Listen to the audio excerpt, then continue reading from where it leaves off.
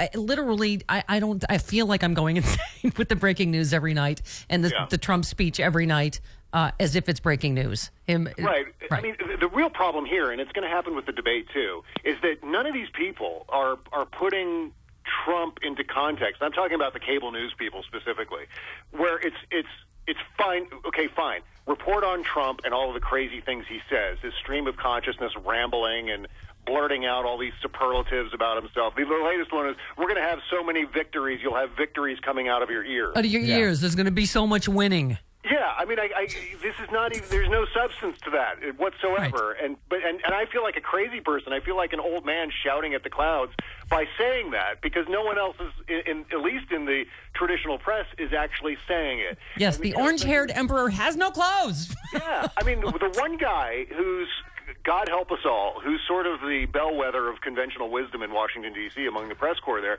is Mark Halperin. And he wrote this long piece for Bloomberg the other day, which was basically like a Trump hagiography. It was like this thing where he basically concluded that, well, get used to it. Trump's the new normal, and we're all going to accept it now. And it drove me nuts, because rather than saying, no, this is not how it's supposed to be. We're not supposed to talk like this when we're running for president.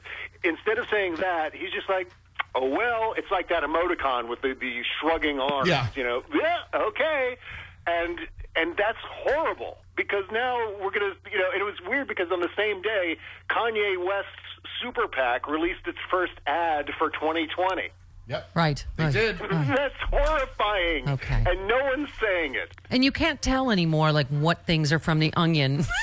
Right. And what things are real. On the podcast, Ches and I were looking at this Kanye West video and going, is this a joke? I mean, we couldn't right. discern the satire from the reality.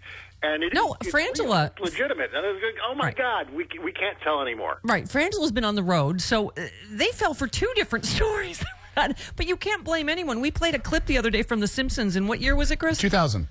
About President Trump. It was like, ha. Oh, I inherited this from President Trump. Remember? That was like, well, what would be the funniest punchline for who we elected president? And it's like, so that's the thing. Who can tell what's real? We are in a reality show.